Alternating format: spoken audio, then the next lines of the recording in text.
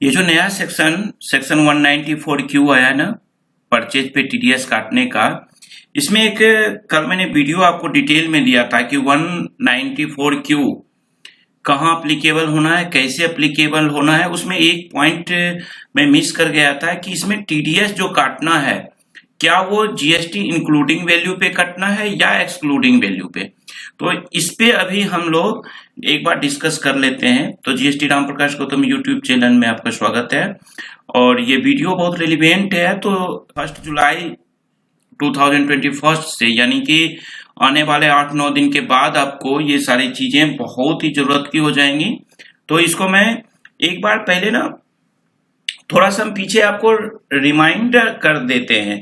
तो रिमाइंड कर लीजिए एक बार से कि जो 94Q लगना है टीडीएस का, वो कितना है, 0.1%। किस पे लगना है कि अगर आपका टर्नओवर 10 करोड़ रुपए से एवब है और परचेज अगर आप 50 लाख रुपए से ज्यादा का करते हो, तो 50 लाख से ऊपर का जो वैल्यू होगा उस पे आपको टीडीएस काटना है सेक्शन 194 कैपिटल क्यू के अंदर। अब क्या है, इसका मैंने एक जो वीडियो बनाया था कि अभी टीसीएस भी चल रहा है, सेम कंडीशन दोनों का था। टीडीएस में जो 94Q में आया है वही 206C1H में है। तो इस केस में 94Q जो है, 194Q जो है वो ज्यादा अप्लीकेबल होगा अगर दोनों पार्टी का, बायर और सेलर का 10 करोड़ से ऊपर का टर्नओवर है तो, और मटेरियल का जो परचेज होता है वो 50 लाख से ऊपर का है, तो जो बायर होगा वो टीडीएस काटेगा और गवर्नमेंट को जमा करेगी और टीसीएस लगाने की जरूरत नहीं पड़ेगी सेलर को।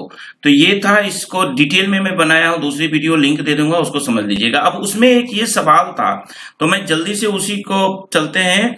ये सर्कुलर नंबर 23/2017 यानी कि 19 जुलाई 2017 को ये सर्कुलर सीबीडीटी ने सर्कुलेट किया था। अगर इस सर्कुलर को हम डिटेल में देखें तो इस सर्कुलर का, जो ये सर्कुलर आप देख रहे हो, ये मॉडिफिकेशन है किस सर्कुलर का, सर्कुलर नंबर 1 ऑफ 2014 का।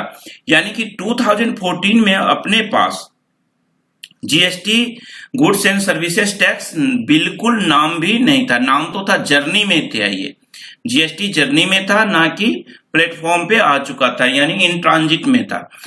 2014 में अपने पास क्या था, एक्साइज था, सेल टैक्स था और सर्विस टैक्स था। तो इसमें इन्होंने ना सर्विस टैक्स में एक सर्कुलर निकाला था, सर्कुलर नंबर 1 ऑफ 2014। जब उसमें जीएसटी आ गया तो जीएसटी आने के बाद इन्होंने उसमें मॉडिफिकेशन कर दिया। तो मॉडिफिकेशन में हम चलते हैं। सबसे जो इंपॉर्टेंट लाइन हम लोग इस वीडियो को जो बनाने चले वो है पॉइंट नंबर 4।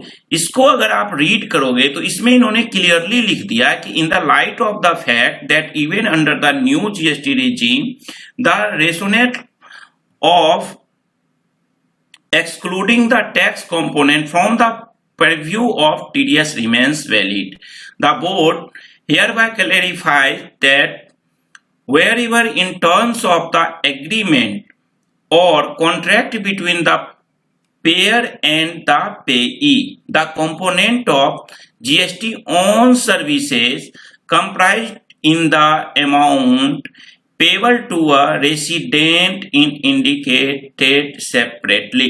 ये जो रेसिडेंट वर्ड है ना, ये रेसिडेंट वर्ड जो है इसको आप ना डोमेस्टिक पढ़िए, यानी कि इंडिया के भीतर। रेसिडेंट का मतलब हो जाता है जो भारत में रहता है, यानी कि भारत में अगर कोई आप सर्विस लेते थे तो उस पे आपको टीडीएस काटने के बारे में ये कह रहा है कि separately tax shall be deducted at source under chapter. अब यहां पे देखिए, ये जो टीडीएस कटने की बात है, मैंने इस वीडियो में जब कल एक वीडियो बनाया तो उस पर मेरे पास कई क्वेरीज ये भी आए कि क्या सर अगर मैं इंपोर्ट माल करूंगा तो वहां पे मुझे टीडीएस 194Q में जमा करना पड़ेगा, 0.1% मुझे 0.1% मुझे डिडक्ट करके सेंट्रल गवर्नमेंट के अकाउंट में क्रेडिट करना पड़ेगा। तो आपको मैं बता दूं कि जहां पे भी रेसिडेंट हो गया, यानी कि डोमेस्टिक हो गया, इंपोर्ट वाले केस में नहीं लगेगा। तो यहां कह रहा है कि ऑन द अमाउंट पेड और payable without including such GST on services component, यानी कि आपको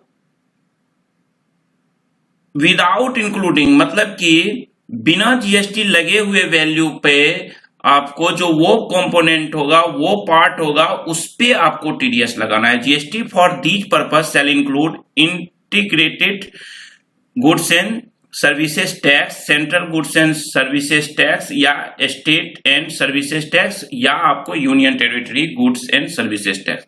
समझ लीजिए इस बात को। एक एग्जांपल ले लेता हूं मैं और फटाफट इस वीडियो को खत्म करते हैं। छोटी सी वीडियो, छोटी सी कंसेप्ट है कि अगर आपने माल 100 रुपीज का गुड्स खरीदे हो, 100 रुपीज के गुड्स खरीदते हो आप किसी से, और सपोज कर लो कि उस पर 18% जीएसटी लगाया जा रहा है।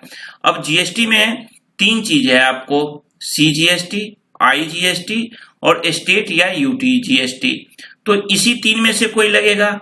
अगर स्टेट में परचेज करते हो माल को, स्टेट का स्टेट में करते हो, इंट्रा स्टेट यानी कि कर रहे हो माल को, तो वहां पे सी और एस लगेगा या सी और यूटी लगना है। और अगर इंटर स्टेट करते हो, जैसे दिल्ली से माल यूपी में परचेज कर रहा है, तो दिल्ली वाला जो सेल करेगा वो माल पे क्या लगाएगा, आईजीएसटी लगा देगा, क्योंकि इंटर स्टेट सेल है।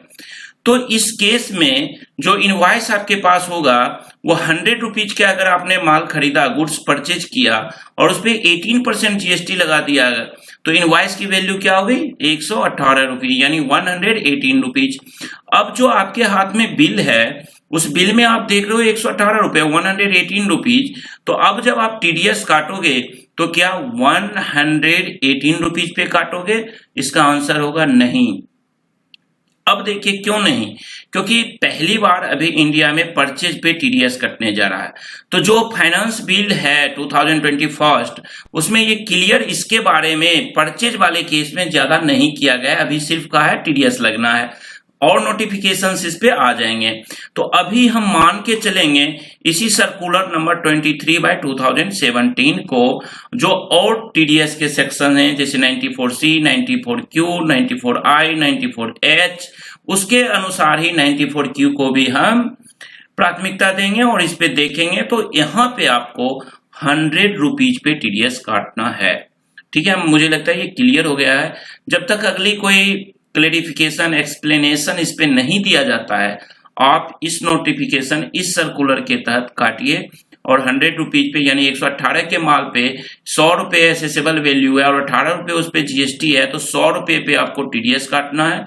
अगर मान लीजिए 100 रुपीज का मटेरियल है, 12% उस पे टीडीएस जीएसटी लगा हुआ है, तो आपको क्या करना है, 112 रुपए का वैल्यू आ गया, 112 रुपीज का बिल है आपके हाथ में, लेकिन आपको 112 पे टीडीएस नहीं काटना है, आपको काटना है 100 रुपीज पे। तो ये आपको ध्यान रखना है। उसके बाद मैंने इसके बारे में ज्यादा डिटेल की वीडियो में बना रखा हूँ ऑलरेडी 194Q पे, उसमें सारी चीजें बताया हूँ कि लेट होने पे इंटरेस्ट क्या है, पेनल्टी क्या है, जेल वगैरह सब चीज है भैया, इसलिए ध्यान रखना। 3 महीने आप, अगर आप टीडीएस का जानते ही होंगे कि मिनिमम 3 महीने का है, जेल का भी प्रावधान इसमें, तो ये चीज ध्यान रखना है। वो सारी डिटेल हम डिस्कस कर चुके हैं, कैसे जमा करना है ये भी डिस्कस कर चुके हैं, एग्जाम्पल भी दे चुके हैं। तो इस वीडियो के यहाँ खत्म करता हूँ, ये छोटा सा है। अगला कल मैं आपको ना इस पे चर्चा करूंगा आपसे, एक और सेक्शन है उसका, सर्कुलर भी आज आ गया।